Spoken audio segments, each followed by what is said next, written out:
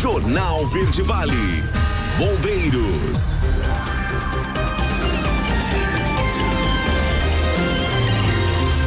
Agora 7h40, nós voltamos com o terceiro bloco do Jornal Verde Vale, as notícias locais, né, que viraram destaque em Mineiros e região. Começando aqui pelo 16º Batalhão de Bombeiro Militar.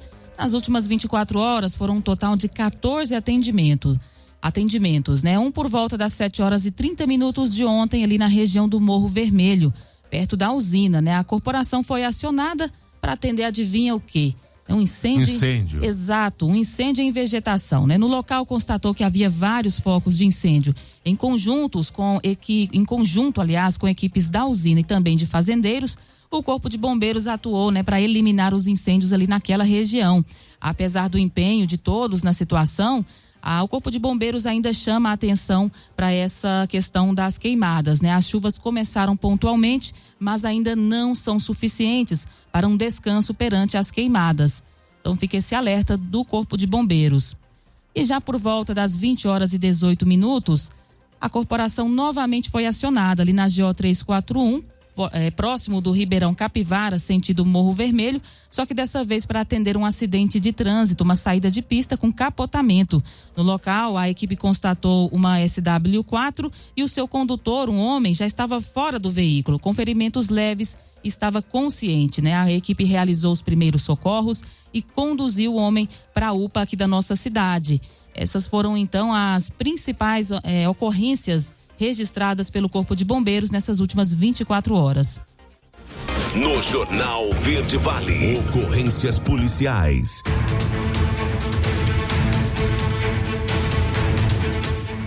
Agora a gente chega trazendo para você as principais ocorrências por parte da Polícia Militar, Polícia Civil nessas últimas 24 horas. Olha, nós tivemos uma ameaça consumada. Compareceu na delegacia de polícia a mãe acompanhada da sua filha. Essa aqui até vou querer a sua opinião depois, Wesley. Olha o seguinte, o relato dela. Ela diz que a filha estava na escola, em determinado momento pegou o telefone de uma colega e ligou, chamando a mãe até o local. Chegando lá, ela relatou que 3 colegas de escola estavam ameaçando ela. Uma delas estava com uma faca, a outra com um canivete e uma terceira, de acordo com o relato dessa filha, estaria aí com uma máquina de cortar o cabelo. E aí a mãe foi até a escola e tentou falar com a coordenadora. Chegando lá, a coordenadora não estava na unidade escolar e ela acabou conversando ali de forma informal com uma funcionária, né, que faz ali a revista dos alunos. Essa funcionária disse para ela: não, fica tranquila, porque as meninas às vezes costumam inventar histórias. Mas aí a mãe, né, por precaução, decidiu pegar a sua filha e ir embora para casa, já que a coordenadora não estava. Posteriormente, no dia seguinte, essa mãe deixou a filha dela em casa e foi sozinha até a coordenação da escola, né, para tentar ter uma reunião. E aí, chegando lá, ela solicitou, né, exigiu que essa coordenadora fizesse uma revista nessas alunas. Novamente, né, não tinha sido feito no dia anterior, mas pediu que naquele dia fosse feita essa revista. E, de fato, foi encontrado, de acordo com o boletim, um canivete com uma dessas alunas. A outra aluna, que estava com a faca no dia anterior, não compareceu na escola nesse dia. E aí conversou com a mãe dessa aluna, que ficou de conversar com a filha e ver se realmente ela tinha levado essa faca para a escola. A mãe relata, inclusive, que tem um outro filho de 14 anos que estuda nessa mesma escola, que está com depressão e crise de ansiedade. E aí o que dizer dessa ocorrência, né? A mãe teve bastante cuidado, agiu corretamente no seu ponto de vista, Wesley? Sim, sem dúvida, né? E aí fica a preocupação, o alerta, né? Na verdade, também para a escola, né? E os pais, né? Propriamente dito, né? Nós tivemos aí há um tempo atrás até uma campanha, né? Reviste a mochila dos seus filhos, veja o que seu filho está levando para a escola. É importante os pais perceberem o que está acontecendo também com os seus filhos, né? Não precisa chegar numa situação como essa. E claro, também a escola, né, através aí de professores, dos seus agentes ali, devem estar atentos também, né? E quando essas conversas, essas ameaças, porventura, ou denúncias chegarem aí até o conhecimento do corpo diretivo da unidade escolar, né, providências devem ser tomadas de imediato, porque passa até uma mensagem para alunos que talvez pensem dessa forma ou agem dessa forma, né? Que destoa daquilo que está ali para se fazer, que é estudar, na escola é para estudar, não é para se amostrar, não é para estar carregando arma para esse lugar, e no caso aí uma arma branca. Então, assim, ficar atento, né? Para que isso seja inibido desde o início, para que outros que porventura pensassem em fazer a mesma coisa já se sintam inibidos no sentido de levar tais materiais para a escola, né? Vale ressaltar, isso é chover no molhado, na verdade, que não é lugar para você levar canivete, arma branca ou qualquer coisa que seja semelhante. Então, todo cuidado é pouco, a escola faz a sua parte, mas eu acredito sempre que você tem que cuidar lá no nascedouro, né? Os pais devem em casa sim perceber ou saber o que os seus filhos estão levando para a escola. Tá indo só o material de escola? Tá faltando material? Não tá levando material? Isso é uma coisa que cabe à família, que cabe à casa fazer, né? E não à escola. A escola seria a parte final do objeto. Então, que os pais também, mais uma vez, né? Essa campanha que um tempo atrás, vocês lembram quando teve aqui em Mineiros uma onda de ameaças, enfim, a Polícia Civil se envolveu, investigou, identificou quem eram essas pessoas que estavam fazendo esse terrorismo nas redes sociais. Então, antes que isso, né, cresça e apareça, é importante que os pais também façam a sua parte na educação dos seus filhos. E também a gente ressalta, né, a forma com que a mãe conduziu essa situação, né? Ela foi conversar e protegeu a sua filha, né? Disse, não, hoje você não vai para a escola, primeiro eu vou lá conversar e ver o que está acontecendo ali, né? Referente a isso, porque realmente poderia ser um grande perigo para essa adolescente.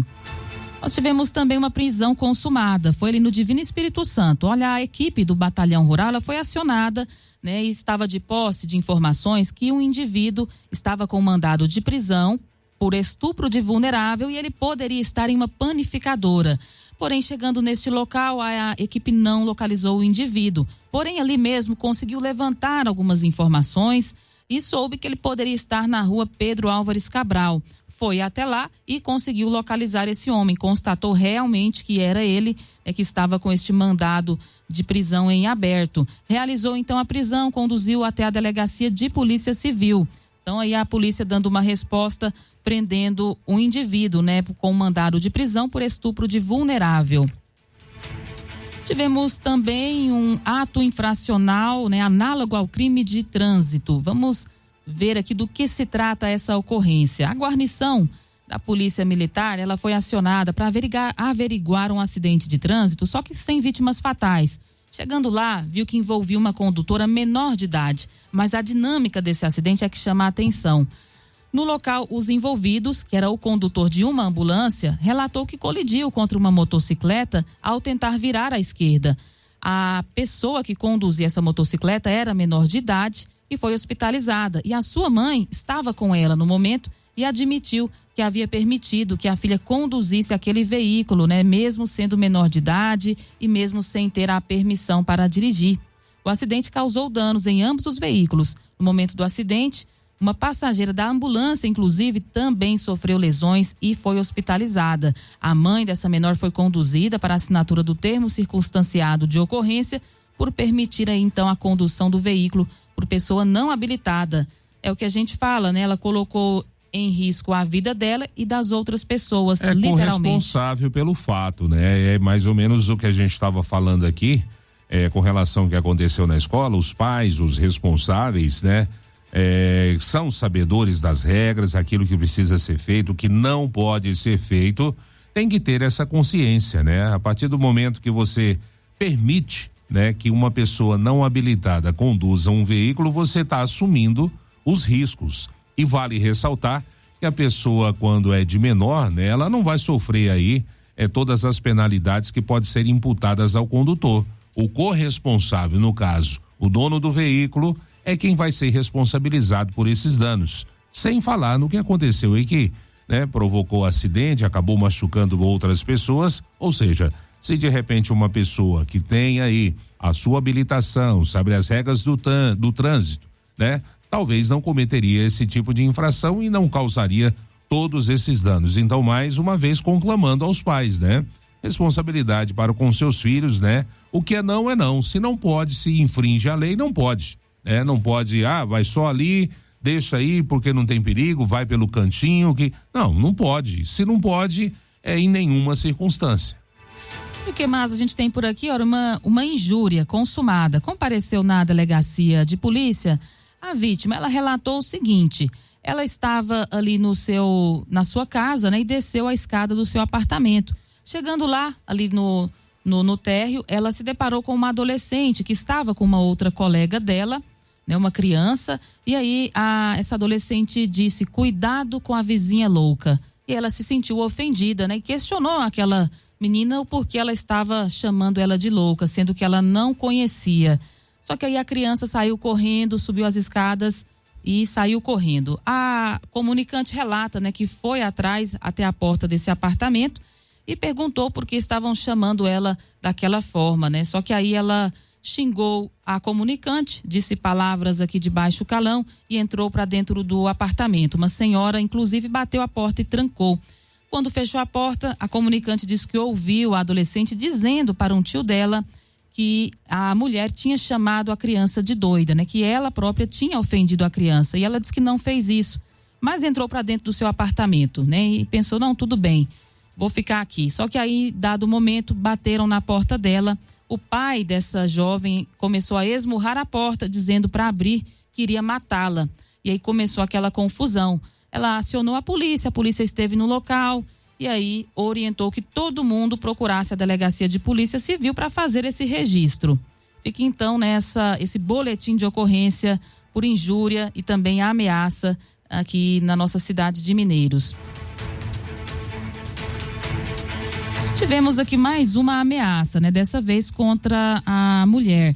Compareceu na delegacia de polícia, a vítima informou que o seu ex-companheiro tem ameaçado ela constantemente e que está perseguindo ela e colocando medo, inclusive. Ela disse que se relacionou com esse homem por mais de 2 anos, mas agora o relacionamento chegou ao fim. Tem mais ou menos 2 meses que eles estão separados e eles não têm filhos em comum, mas ele continua fazendo ameaças mesmo diante do fim do relacionamento. A vítima, então, com medo, né, conseguiu ter força para ir até a delegacia e pedir uma medida protetiva contra esse indivíduo. É aquela velha história, né? Quando um não quer, 2 não brigam. Se um não quer, não adianta forçar, não adianta, não é através da violência que você vai conquistar uma pessoa. Eu nunca vi falar isso. Você vai atemorizar essa pessoa e óbvio que isso não é um relacionamento sadio. A pessoa está ao seu lado porque ela está com medo. Não é o normal, né? Agora, 7h52. Jornal Verde Vale, a voz do cidadão. A gente chega trazendo agora, né, o quadro A Voz do Cidadão e ressalto para você o número para mandar a sua participação, é o 996236881. Você pode mandar a sua reclamação, o seu feedback, a sua sugestão. Bom dia, olha, eu estou indignado, eu sou de Portelândia, mas o lixão de lá direto colocam fogo, né? De tardezinha, aquele cheiro de fumaça, ninguém aguenta. Gostaria de pedir que olhassem essa situação, né? As autoridades aí de Portelândia. Fica aí o recado, né? Para as autoridades públicas, né? Competentes da cidade de Portelândia para verificar o que está acontecendo, né? Se alguma pessoa que está provocando esses incêndios diários lá no lixão, que por óbvio, né? Provoca essa fumaça, esse odor, e aí paira sobre a cidade e ninguém dá conta, né? Como tá reclamando aí a ouvinte moradora daquela cidade. Então, conclamando aí as autoridades a verificar o que está acontecendo. E o Corpo de Bombeiros, né, fez esse alerta hoje aqui na nossa programação. Começou ali algumas chuvas pontuais, mas ainda não são suficientes para poder dar um descanso nessa questão das queimadas. É preciso a gente ainda estar atento a isso, porque a umidade do ar ainda está baixa, né? E qualquer fagulha pode levar a um grande incêndio. Bom dia, Daliana. O local de votação mudou, né? O pleito aí será realizado, a votação realizada neste domingo. Os ouvintes preocupados com os locais de votação e toda essa dinâmica que envolve. A entrevista que nós fizemos com o diretor do cartório eleitoral local, Wellington, ele nos disse o seguinte: só algumas sessões que foram agregadas ali, se eu não estou equivocado, na escola polivalente. O restante continua tudo como está, mas essa lista vai ser divulgada, inclusive a gente vai publicar daqui a pouco nas nossas redes sociais. Então você pode verificar lá onde é que está a sua sessão, mas são pouquíssimos. Essa foi a única mudança, aliás, essa mudança pontual de algumas sessões que foram agregadas, se eu não estou equivocado, ali na Escola Polivalente. O restante, onde você votou nas últimas eleições, você continua votando esse ano. Bom dia, queria pedir para o SAAI que viesse desentupir um esgoto na Rua Moraes, quadra 10, lote 23, no setor Taninho. Ligou lá e ninguém atendeu. A gente vai fazer o seguinte, vai repassar diretamente aqui para o SAAI, eles que estão sempre em sintonia aqui no nosso programa, para receber as reclamações, né, por parte da população. Nós vamos encaminhar então aí para o setor responsável. Bom dia, pessoal, eu estou na sintonia. Ontem pedi um remédio em uma farmácia aqui da nossa cidade e me chamou a atenção um fato, né? O entregador estava sem retrovisor na sua motocicleta. Parece um tipo de moda. Então, esse ouvinte relatando que tem observado alguns condutores rodando, trafegando sem o retrovisor. Essa eu confesso que ainda não vi. É uma precaução que o próprio contratante deve ter, né? Isso é uma transgressão às regras do trânsito, né? Já que quem desenvolveu a motocicleta, o engenheiro que fez aquilo ali, quando colocou os retrovisores ali, eles tinham um sentido de existir, de estar ali, ou seja, segurança, para que você possa visualizar quem vem atrás e não precise se movimentar olhando para trás e esquecendo da sua frente. Então, mas aí tem pessoas que insistem, né? Quando a gente fala aqui que vai lá, tira o miolo do escapamento, faz todas aquelas mudanças, eu acho que são engenheiros ainda não realizados na profissão, ou aqueles que pensaram em ser engenheiro e não deram conta e começam a inventar moda. E tudo que não está, né, dentro daquilo que foi desenvolvido, que sai de fábrica, você está transgredindo as regras. Então eu também fico alerta, né, para os contratantes. Às vezes, né, muitas das vezes essas pessoas que fazem entregas são freelances, né, são contratados para prestar esse tipo de serviço, mas que o contratante também faça esse tipo de observação, né, para o seu contratado, né? Olha, se você está usando moto sem miolo do escapamento que vai perturbar a comunidade, se você está faltando itens de segurança e de repente você pode ser abordado pela polícia, trabalho para fulano, é um desgaste também. Então aqui também os contratantes, as empresas, façam essa observação ao contratar seus funcionários e verifiquem, né? Se realmente tá tudo dentro das regras. Eu confesso que eu não entendo, porque a questão do escapamento, as pessoas que são adeptas dessa prática dizem que é porque gostam daquelas motos esportivas de cilindradas mais altas, né? E gostam do barulho. Agora, essa questão do retrovisor, eu acho que dificulta tanto para você sem um retrovisor em cima de uma motocicleta que não dá para entender. Questão de segurança, né? Exato. E você tá abrindo mão da sua segurança e dos outros que estão no trânsito. Olha, vamos ver aqui o que mais está chegando pra gente aqui. Olha, gostaria de saber, né? Sou da Fazenda. Quero saber se vai ter transporte para poder ir votar.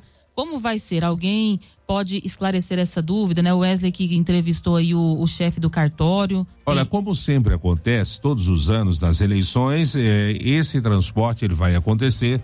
Na zona rural são os ônibus, né? Que fazem o transporte dos alunos e eles vão estar devidamente identificados ali com uma faixa, né? A serviço da Justiça Eleitoral para que haja essa identificação e você saiba quais são os veículos que podem transportar aí no caso os eleitores que vêm da zona rural para a zona urbana para exercerem o seu direito de voto, né? Vai chegar em Mineiros, deixa num determinado ponto, as pessoas vão votar e depois, conforme combinado ali com o motorista, num determinado horário, naquele mesmo ponto onde você foi deixado, né? Você vai ser pego também, levado de volta aí para a sua propriedade.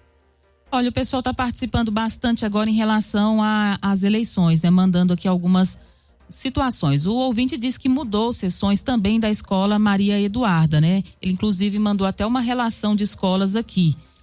Um outro ouvinte participando também e diz que o Colégio Dona Tunica está em reforma. Quem vota lá estará votando neste ano na escola Maria Eduarda e no Castelo Branco. Então são muitas dúvidas, né, a respeito desses locais de votação. A gente vai publicar daqui a pouquinho, já nos foi repassado aí pelo cartório eleitoral, as sessões eleitorais, então a gente vai publicar tanto no nosso Instagram quanto no nosso Facebook. Então você já pode daqui a pouquinho, a partir das 8 horas, verificar aonde está a sua sessão eleitoral. São esses pequenos ajustes que foram feitos, como foi colocado aí para o nosso ouvinte, em detrimento aí de escolas que estão passando por processo de reforma e o seu espaço não poderia ser utilizado. Então, Essas sessões, excepcionalmente, foram agregadas em outros lugares, deslocadas, na verdade, para outros locais de votação, mas são mudanças mínimas e a gente vai divulgar para você ficar tranquilo com relação ao seu local de votação. E para ajudar ainda mais, né, os eleitores, a gente vai fazer o seguinte: vamos fazer aí uma lista com todas as alterações e ressaltar aqui amanhã na programação, né? Porque muita gente fica nessa dúvida, às vezes não tem como olhar ali na internet, não tem acesso à internet, só tem acesso ao rádio. A gente vai fazer essa relação e passar aqui na nossa programação também para facilitar. Bom dia, Daliana Wesley. Preciso que troque lâmpada de um poste. A rua Ciro Bron, quadra 35, lote 22, lá no Almerinda de Resende. Diz que já trocou uma vez, mas novamente ela está queimada. A rua Ciro Bron, quadra 35, lote 22, ali no Almerinda de Resende. Então a gente vai mandar também essa daqui para o pessoal de obras da prefeitura, que está sempre atento à nossa programação. Bom dia, gostaria de tirar uma dúvida. A pessoa que toma remédio controlado pode dirigir veículo? É uma pergunta bem ampla, né? Mas acredito que sim. Desde que tenha autorização, e esse tipo de medicação não cause sonolências, variações, né? Isso aí é o médico que vai prescrever. Na hora que ele prescreve, aliás, a medicação, ele já orienta o seu paciente, né? Se algum tipo de atividade ele deve se abster ou deve deixar de fazer.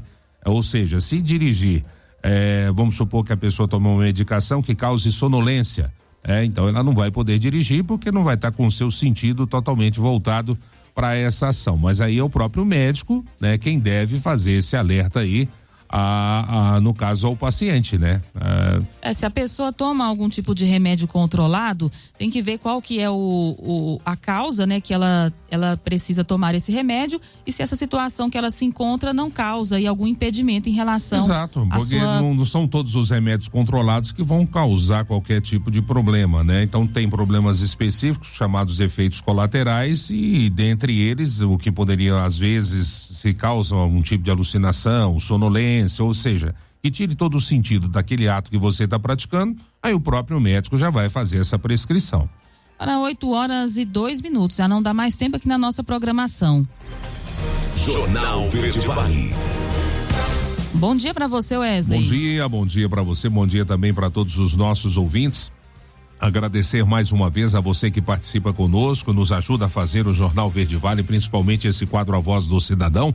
Tenham todos uma ótima quarta-feira, lembrando que hoje é dia de feira, né? Temos a feira municipal na quarta-feira, então para você que valoriza aí o nosso comércio local, essa agricultura familiar, então hoje lá na feira do Mineirinho, tá acontecendo a feira municipal, que acontece às quartas e também aos domingos. Tenham todos uma ótima quarta, se Deus assim nos permitir. Voltamos amanhã, quinta-feira, a partir das 6:30 da manhã. Uma ótima quarta-feira para você. Olha, a gente ressalta novamente o telefone para você que não tem ainda, mandar sua participação, 996236881.